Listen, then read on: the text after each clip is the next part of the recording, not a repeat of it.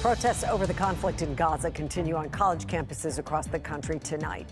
At the Rhode Island School of Design, RISD, students ignored an 8 a.m. deadline to leave an encampment. The school says right now they have no plans to call police nor enforce disciplinary action for refusing to leave.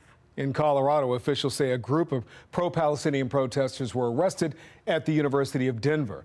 According to the university, the students had reportedly threatened to disrupt commencement ceremonies happening later this week if the school did not cut financial ties with Israel. And one demonstration close to home got broken up by police last night. This is video of officers clearing the encampment at George Washington University in D.C. Dozens of people were taken into custody for refusing to leave the camp. Now, this comes as pro-Palestinian protests continue at Johns Hopkins. The students say their demands haven't been met and they don't plan to leave. We have team coverage tonight on the protest. Let's go right to Jessica Babb with the latest on the situation at JHU. Well, definitely, this is a fluid situation just in the last hour. And in order to encourage students to leave the encampment, Johns Hopkins officials sent a letter to protesters saying they needed to leave by 6 p.m. and they wouldn't face as many consequences. But protesters are responding by moving the encampment up the hill. You can see them setting up tents. And we've actually heard some people shouting, so some of the tensions out here are starting to rise just 30 minutes away from that deadline.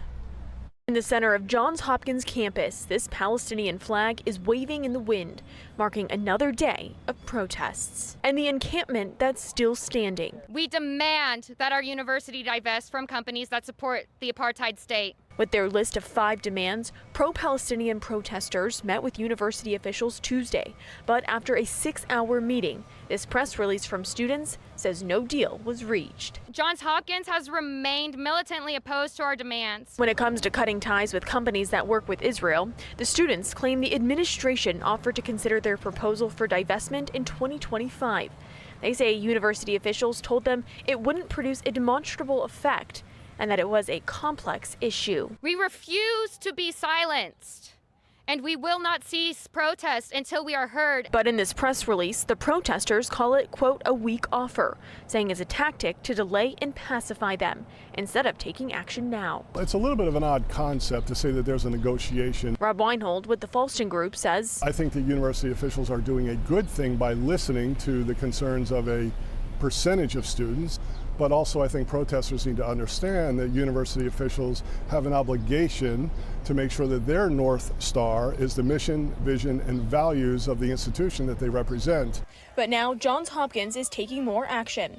The protesters saying there have been threats of disciplinary action. A university spokesperson says in an effort to encourage students to leave the encampment, they sent out a form saying if a student leaves, they won't get in trouble. It's creating a really hostile environment as a Jewish student and just as a regular student. Even just as a senior, I'm not able to go take grad pictures on the sign. In the meantime, other students on campus say this protest isn't the best approach. It would be much more productive for both sides to adopt a critically thinking approach where they can talk to each other, there's a dialogue. This isn't a dialogue. I've asked Baltimore police if they plan to take any action. They referred me to the mayor's office. The mayor's office says they're in daily contact with the university officials and say they support every person's First Amendment right. We are continuously monitoring the situation to ensure everyone's safety.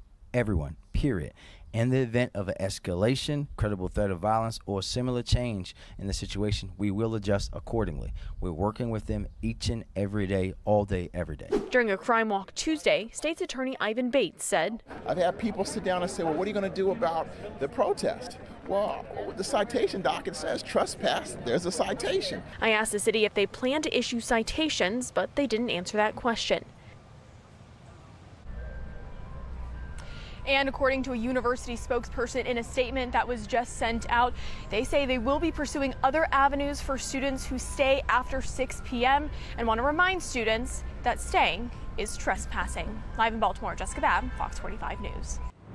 I'm Mary Bubala. Thank you for watching. Here's another video for you to watch. Also take some time to subscribe to our YouTube channel.